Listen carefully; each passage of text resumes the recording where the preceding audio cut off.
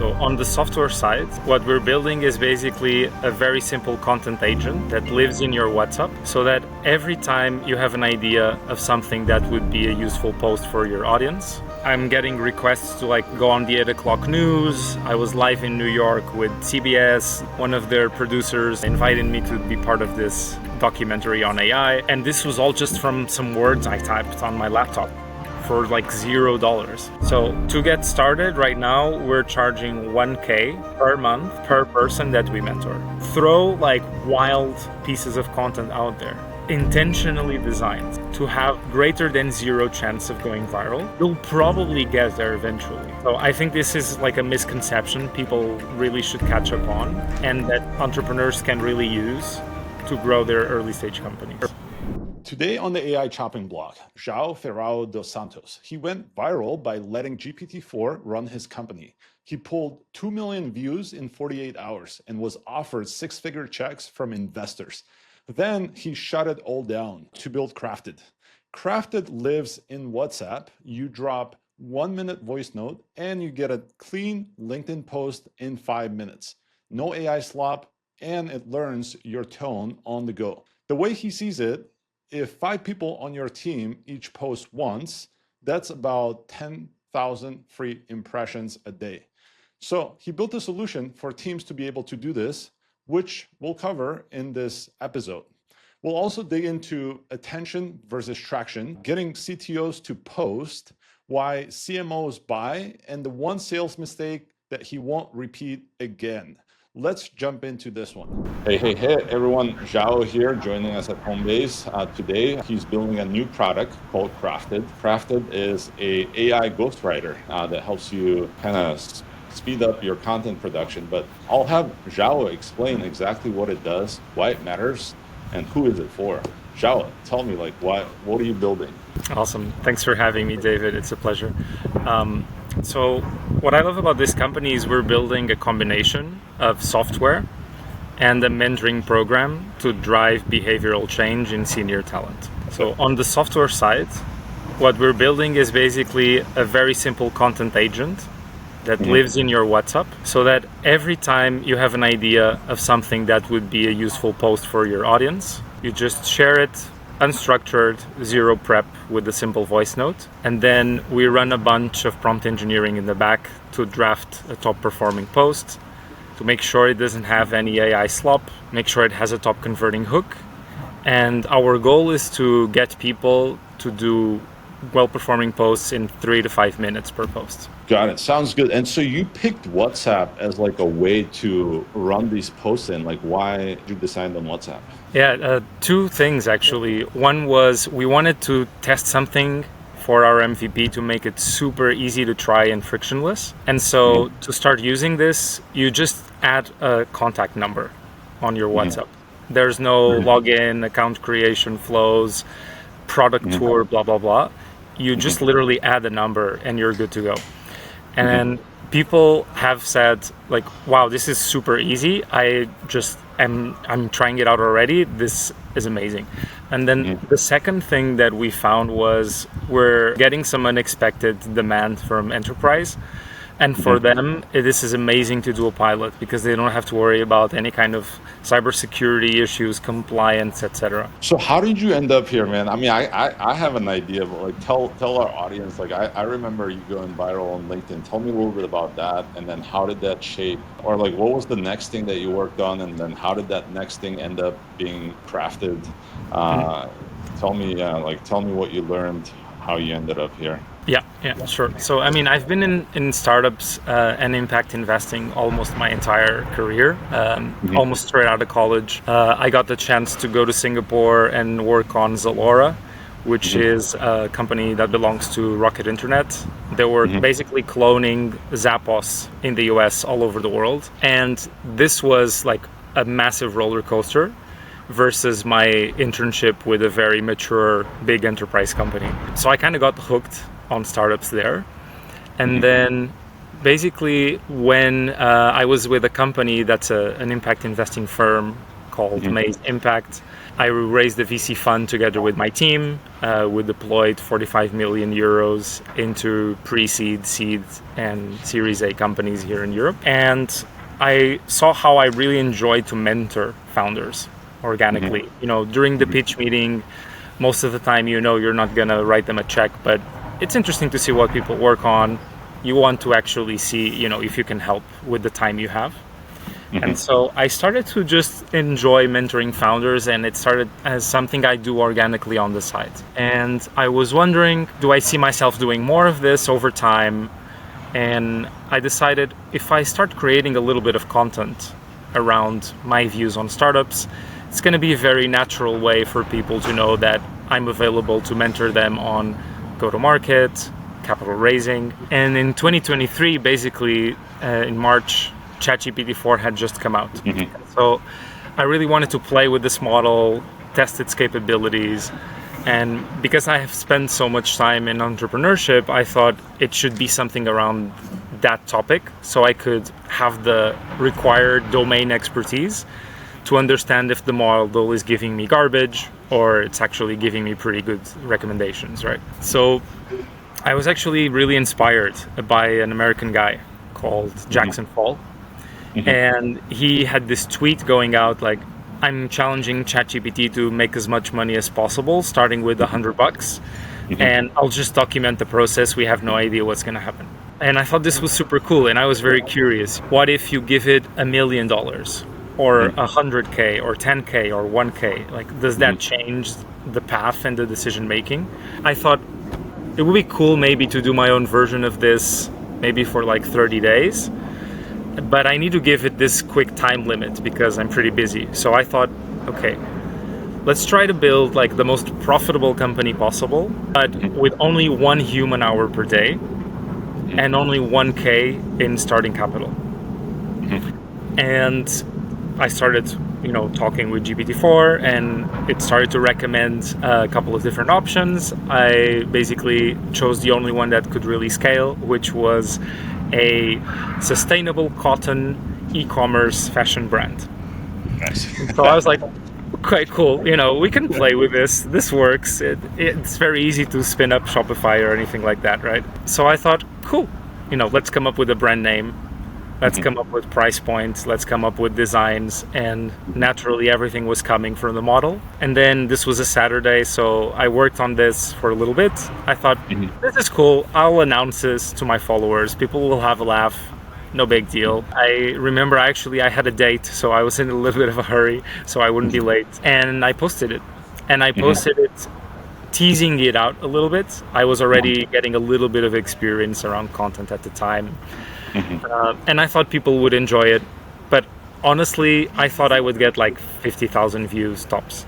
And that single post had 2 million views in 48 hours. And right now, I think it's around 5 million just with like one single LinkedIn post.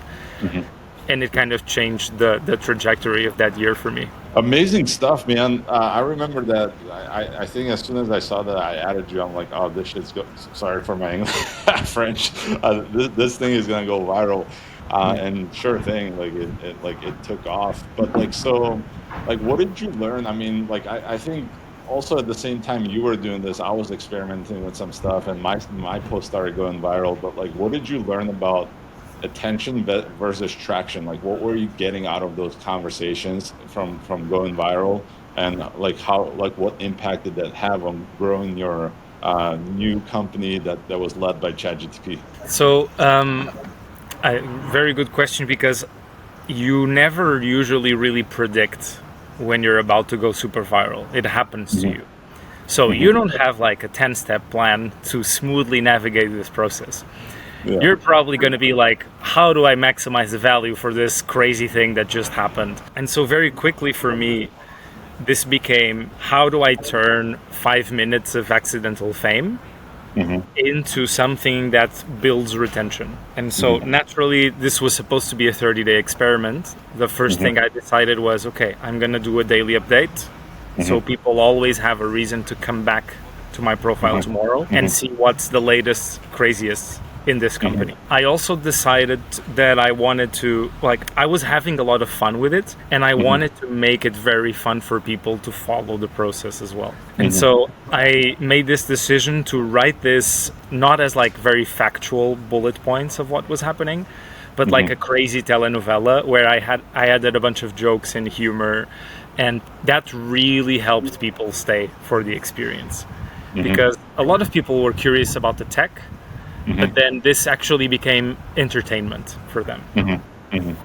And Got it. This made a big difference. Got it. And so, tell me, how much time did you put into this? Because, I think a lot of people think, oh, he's going viral, it's it's probably, easy, he got lucky or this and that. But, at least from my experience, when I was writing posts and they were going viral, sometimes it would take me 2 days to come up with a post, refine it, this, that, and it was time consuming. So what was your experience? Did you spend a lot of time on it?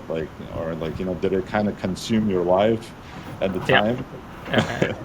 So this basically gave me a big adrenaline rush at the time. And so I had a lot of energy during these days. Every day I was in Asia at the time. And so what I would do is I would post a daily update once I was done with my work, which was usually around European lunchtime-ish and start of day in US time. And so basically I was super inspired. And I actually missed those days a lot because I would just sit down, zero prep, and one shot the entire post with a bunch of jokes and innuendo and all the latest developments, and people were loving the content. So I think it's going to probably be hard to replicate getting that level of adrenaline and inspiration again. But I basically just one shot the whole thing in about an hour every day. And to answer your previous question, we actually did the whole thing. So we registered a company from zero in Denmark to do this independently. We raised 100,000 euros from people all over the world from LinkedIn. People were messaging me can we invest? Can we invest? And I was like, sure, but I'm super busy. Please fill out this type form. And I just gave them a link asking all the due diligence stuff. And there was no due diligence calls with anyone. It was just a roller coaster. We sold 15,000 euro t-shirts and hoodies, mainly from people who were super entertained by the ride. I told people specifically, hey guys, ChatGPT decided we should raise some capital, but I don't think you should. Disclaimer, this is just entertainment.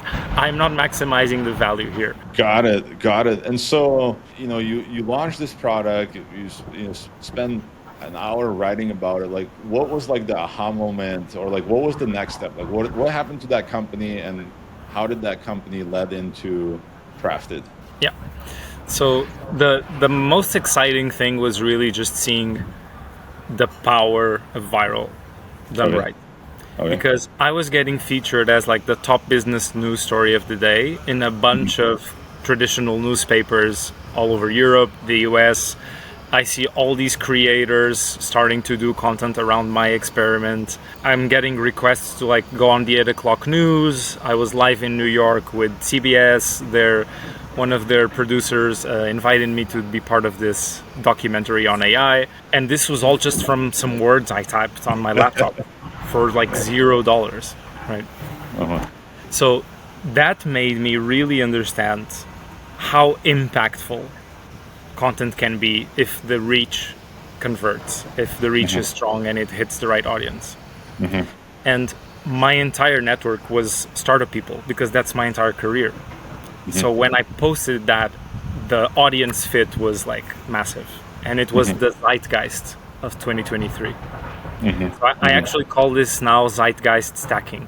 The more you can create content around the zeitgeist, the easier it will be for something to get a bunch of eyeballs. But to answer your question, we closed the company 1 year later. I never wanted to run an e-commerce business. It was an experiment, blah, blah, blah. But it really started to stay with me how insane it was that most startups are full of ambitious people who are usually early adopters of technology, who are trying to innovate, and most of the times nobody's doing anything with content. The CDO or the CEO will post some stuff, or they'll hire a ghostwriter, That's usually some freelancer without an amazing track record.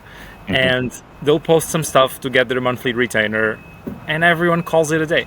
And like, if you have ever been a founder, you know that if you had this magical red button and you press it and 50 people hear about your company, you're going to press that button every day, no brainer, right? You know you need to be visible and put it out there. But for some reason, if instead of a magic red button, we talk about a post that reaches 2,000 people instead of 50, it doesn't automatically click in the mind of every founder that they should post every day, and that's the most scalable, most impactful thing they can do, as long as it takes them like 30 minutes. And then it also doesn't expand into the rest of the team. Because if you have a team of 5 and each post is 2,000 impressions, that's 10,000 impressions you're getting at zero cost every day.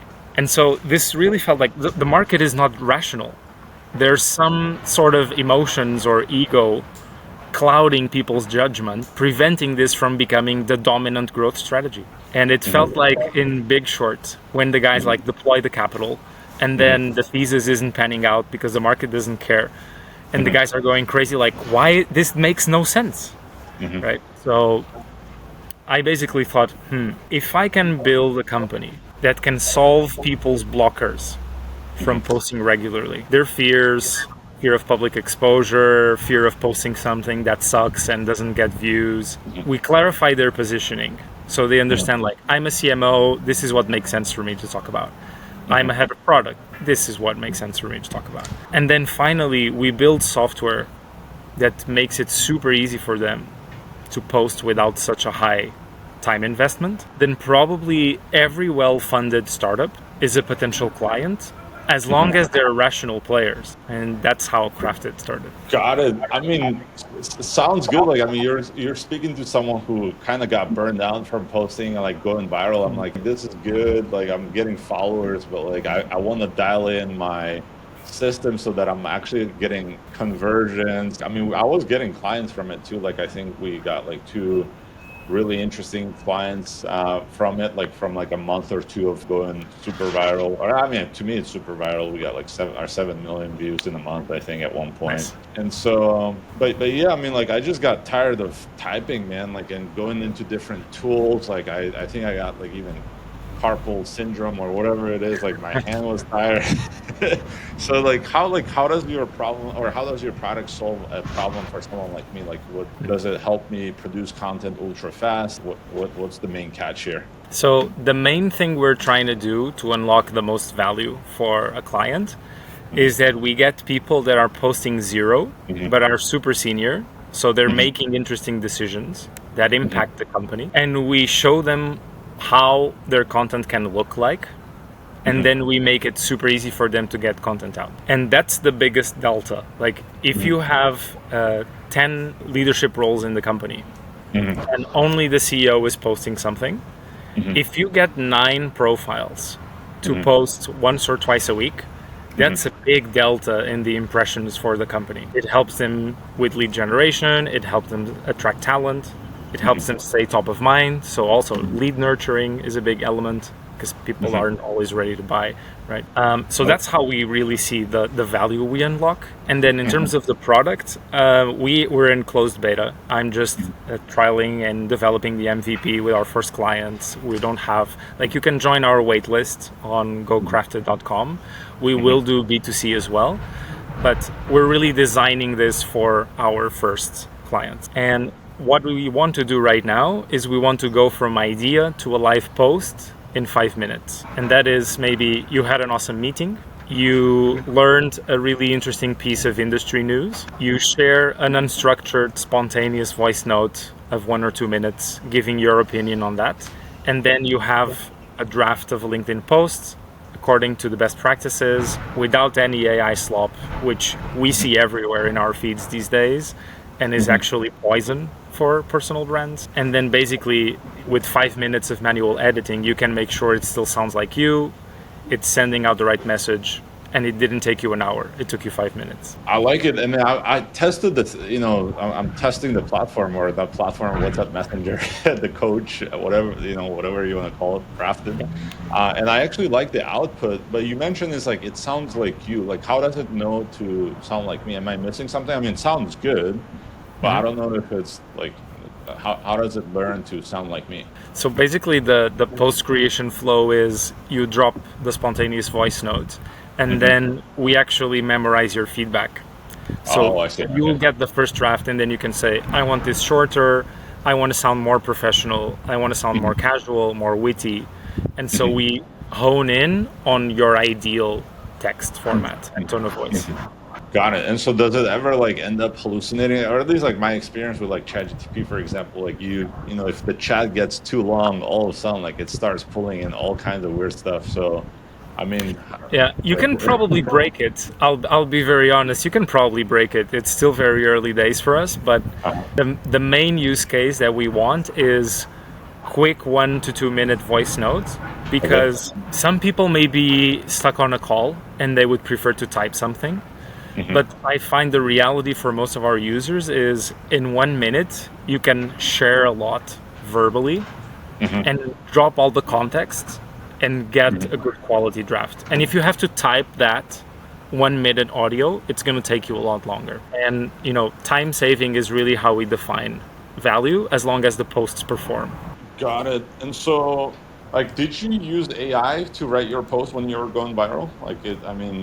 Or were you just... We used pieces of it. Okay. So I had fun doing things like when the store was officially live, our CEO, which was not me, was ChatGPT, made a speech, right? And then I asked ChatGPT, like, please give me a detailed, bold speech about the opening of our new company.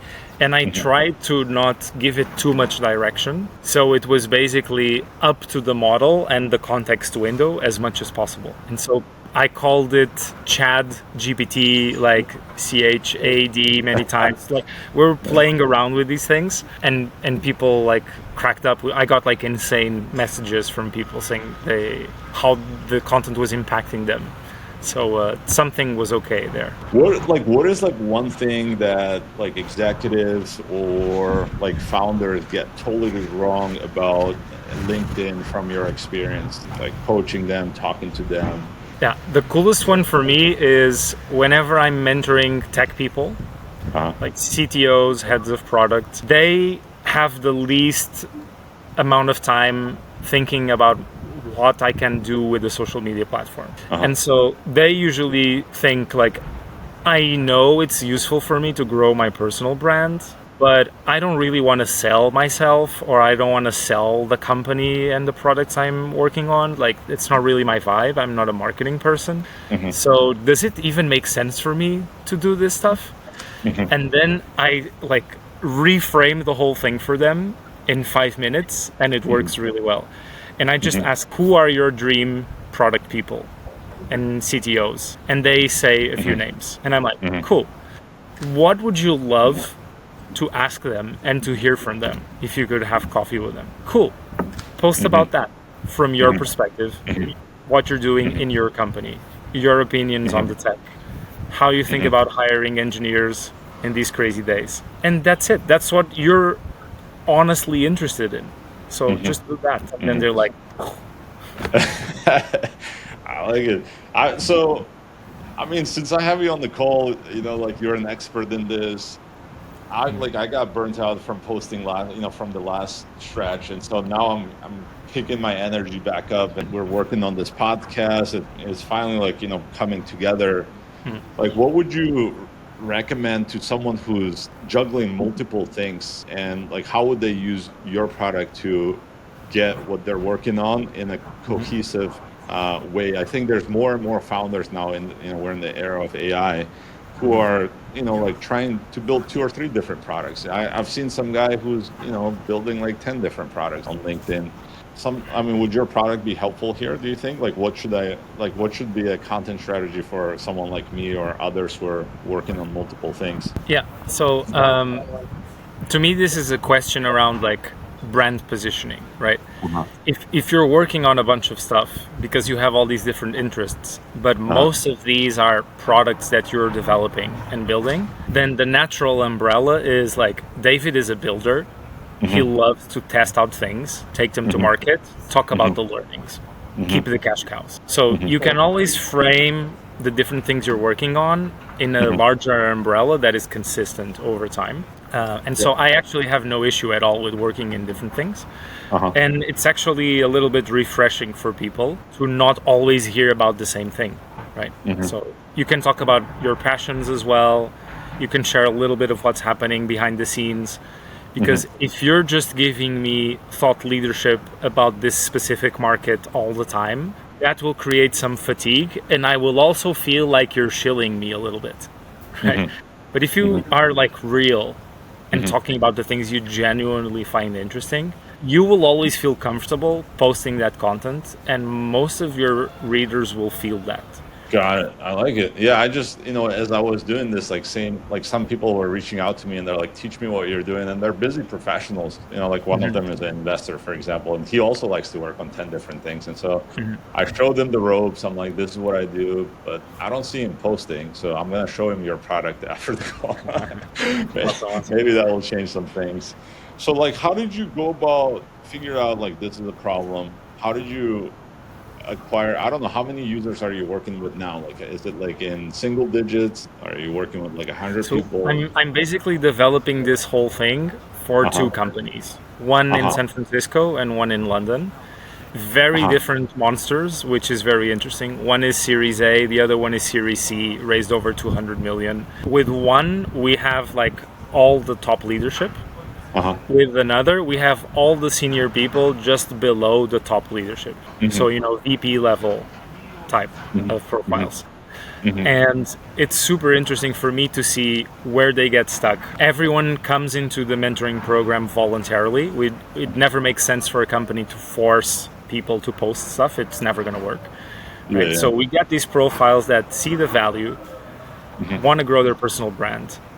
They know it also helps the company with talent and lead gen. So it needs to be win-win for everyone. And then it's super interesting for me to see how those different profiles and roles get actually stuck on different things. And it's usually all about the people and their personality.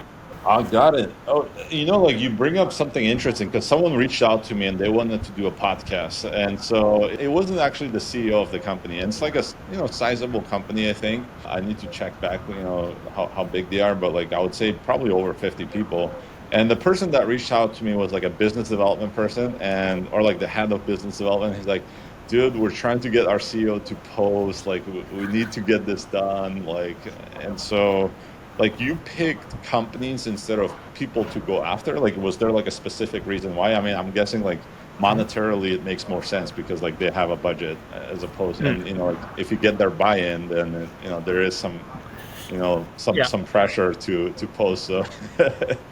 So how did you pick to go after companies instead of individuals? Just curious. It really came from this question of like, why is this still not the dominant growth strategy for funded startups that will die if they don't hit metrics to raise the next round?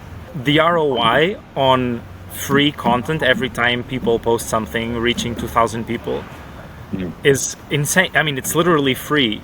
And then most startups are overpaying for ads to Google and Meta that don't convert enough. And so if we take the view that everyone leading these companies are rational actors, this should be the Meta dominant growth strategy by now. And it's very funny because if you talk to anyone between 20 to 24 right now, they all know you should build in public and they all do it from day zero. And as long as their company survives, this will build a content first culture in the organization. But for anyone that's a little bit earlier to the game and already raised their Series A, build in public was not something the company was born doing. So it's not in the culture. But if I talk to the CMO, they know they're putting all this cash down the toilet in ads. They wish their team could do organic impressions with content because they know that's the second best channel. It drives a lot more trust, following word of mouth. And so they see the value. I kind of realized CMOs were the decision maker naturally, but also I just started reaching out to them because as I thought about building this company, I thought there must be something I'm missing here. Like maybe CMOs all tried to get their team to post stuff and they all failed for some reason. I'm just going to talk to them to book some calls and get their opinion.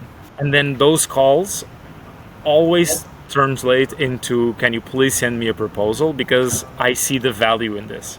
Right? So we have these 2 clients and we're developing the product and the mentoring program based on our experience with them every week. But of course, we've started doing a pipeline and we have other clients that are very close to starting with us, and I'm happy for that. But this is actually one of the last things that has been amazing for us, is we're building everything with our user. I don't have to guess anything. We check the hypothesis all the time and we ask them, where are you getting stuck? How can this be more useful? And so where are people usually getting stuck? Like what is like the main things that you're seeing out there, like with these companies? Yeah. So the main thing with everyone was nobody was posting, right? And this is a reality in every Series A company and above. Only the CEO and maybe the CMO post some stuff. Nobody is posting regularly, but everyone feels behind on social and everyone knows that it would be valuable for them to do so, right? So they're all stuck with getting started. I think that's like a fair, like it's the same thing with like my team. Like I kind of gave him some ideas. I'm like, hey, like just look at a few people that post, and like you don't even need to think about how to like what to post about if you just post like valuable stuff from your day-to-day work, right? And so I have a research team that does like research on companies that raise money, and so we just post that, and actually it's starting to kind of like take off. And so next thing would be, at least for us, I think maybe using product like yours, where now they can maybe add some of their own personal day-to-day, workflows into the mix by just talking to WhatsApp. But having said that, so like can everyone afford this tool? Is this tool affordable, or product? Like what's the cost? Like yeah. So we go specifically for Series A companies and above, because we know it's so much easier to sell to companies that have a clear budget, no-brainer. But also, for me, you can only really drive behavior change by doing one-to-one weekly mentoring sessions. And that's always going to be pricey.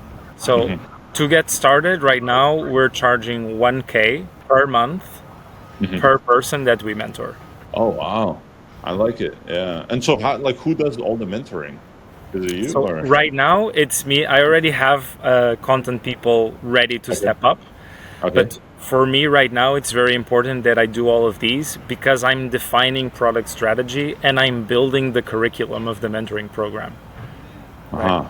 So I will move into training the mentors. But for now, I'm doing everything. So we're going to be this hybrid of agency and software. And so because I was just going to say, like, I'm looking at the product, like if it sent me reminders that like, hey, David, prompts or reminders that said like, can you talk about like what you did today or like anything interesting? Then I was like, like I could see this being sticky. But it seems like, in this world of deficient of attention, it's going to be hard to like, go back to it and remember to post in there. And so the way you solve this problem now is by having one-on-one mentorships with everyone and getting them to engage with your product. And so what does the mentorship look like? Like, what do you guys talk about with the individuals that sign up for the product? So we basically know that we need mentoring to solve the fears and the doubts around my positioning. What should I talk about? How do I come up with ideas? What's my tone of voice? And if we just give people a software tool, those fears will stay there and people won't post. Got it. So that's really the value of mentoring. And it also does one last thing. Because it's a weekly session, it creates accountability.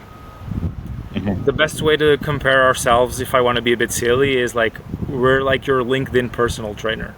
You can go to the gym by yourself. You can figure out all the workouts. You can learn how to do everything properly. But most people struggle despite seeing the value. And so having someone there explaining the best way to do everything and making sure you show up and do the reps is going to get you 95% of the way there. And then the program is 3 months. When you graduate, you're done. You're autonomous. You don't need to hire a ghostwriter ever again because you already know how to do everything. And using software like ours, you post in 5 minutes. So 5 minutes is the time that it would take you to approve the post the ghostwriter wrote for you. Like the value is unbeatable.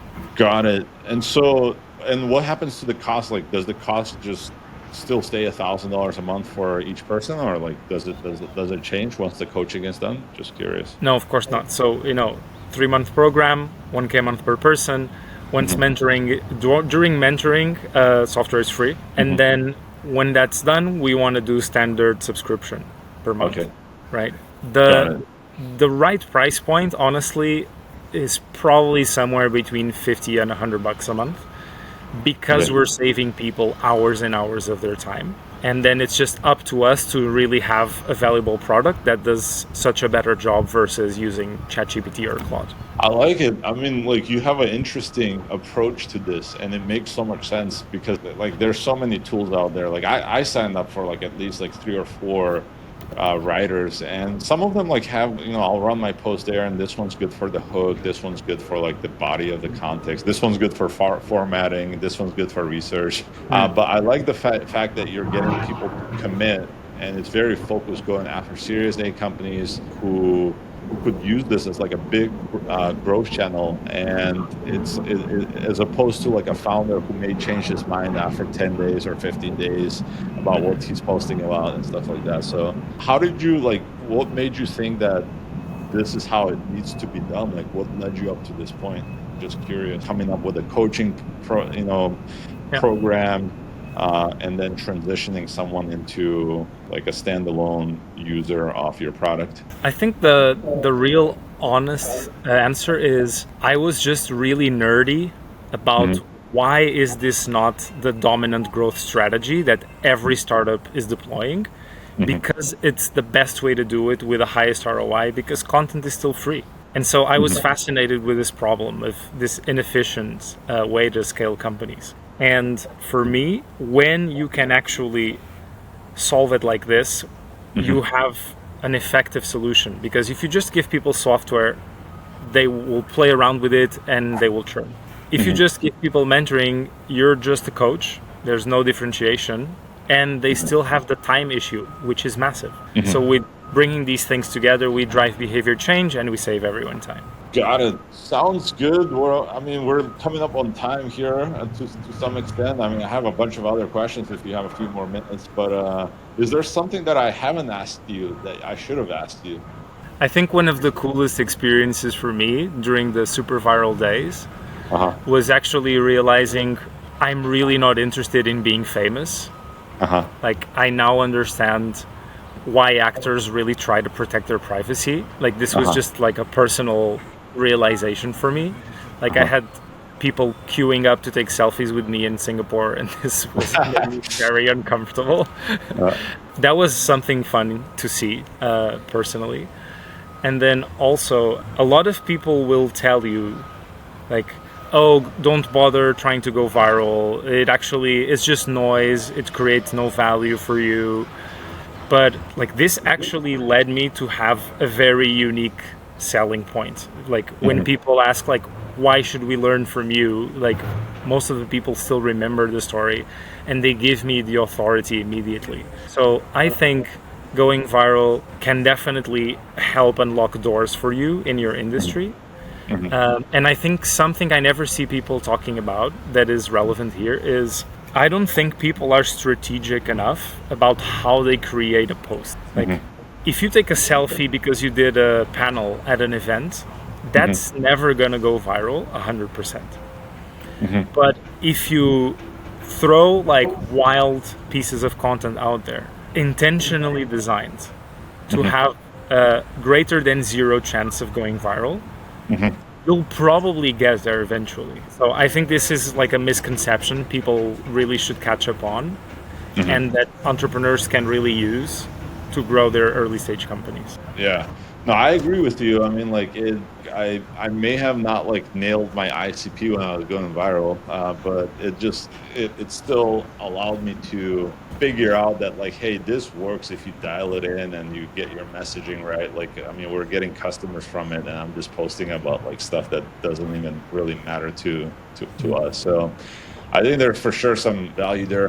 What is like, I mean, like currently, like with your product, like what is the hardest thing that you're currently experiencing, either scaling it or hiring? Like what are some of the roadblocks there that you're running into building this thing?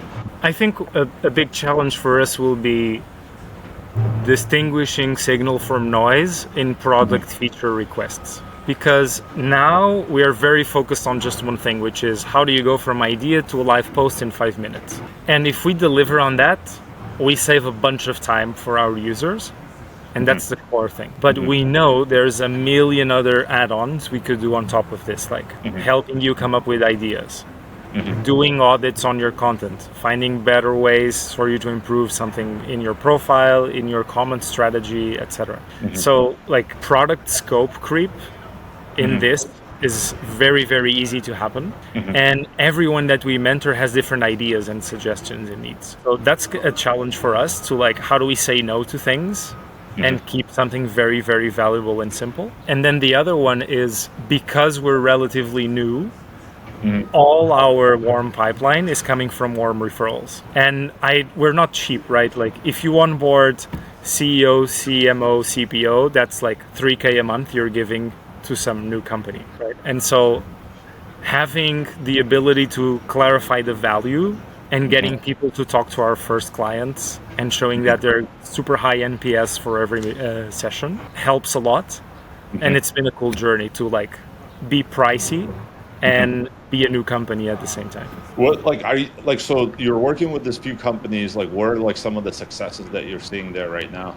So we have some of the people I'm mentoring telling me like, dude, I literally took 5 minutes to write this post. And so, you know, we're delivering on the promise. And so that makes me very happy because I see the post and it's not AI garbage. It doesn't say no fluff. It doesn't have a million emojis or M dashes or anything that hurts your brand. So seeing people capture that value and save all that time makes me super happy. And at the same time, especially seeing like CTOs and product people build real relationships with valuable folks that were not part of their network already because of this also shows me that we're really creating value for people. And they're now starting to make referrals for us. So like that makes me happy as a founder. I like it. And so like what if there was one mistake that you made like building this out early on, like what would that be, and how would you have approached it now? I think the biggest mistake I've done so far was because we have this cool story of like how I got here. My sales calls were too much storytelling, too little like proof, promise, plan, like this is why we're gonna work with you, this is the value we deliver, what are your questions? I was too much like the whole dream, the whole story, the market dynamics, the big short piece like I told you. And sometimes people just want to see if this is worth buying. Yeah, no, I get it. I mean, yeah, it makes it, I mean, that story even now, right? Like that's your social proof. That's like what validates a lot of what you're, you know, to some extent selling, but it makes sense to me. Sounds good, man. I think I learned a lot here today. I'm going to be testing this product myself. Thank you for offering me a copy here. I'll be playing around with it. And I mean, it looks promising. It's, you know, there's no AI slop. I just gave it a couple of random things and the output was really good. So I'll keep testing and see, you know, like if something comes out of it. I'll be running your episode next, just because like we're finally reached the point at our company where, or like not company, with this new media thing that we're doing here, where we're gonna start posting about it all the time, sharing it. And so I could see ourselves using this thing just to kind of like populate some of our calendar with interesting posts, probably, or maybe not even the calendar. I mean, this is designed to just kind of get your thoughts out there quickly, I think. So yeah, man, I appreciate the fact that you shared the product with me. I appreciate you showing up here today, sharing all the lessons that you learned from going viral, and like how you should approach posting on LinkedIn. So thank you for your time. It was great having you here today. Thank you so much, dude. It was a total pleasure. If anyone's curious, just go to gocrafted.com or ping me on LinkedIn anytime. And then is there an email they can reach out to, or like what's the best way? Is it LinkedIn? Is it website? Yeah, just shoot me a message on LinkedIn. That's easy. Perfect. Sounds good, João. It was great talking to you. We'll get this out there. I'm sure people will jump on this. I think it's a great idea, and more people should be posting. Thank you again, João. Thanks so much, dude. Take care. Bye.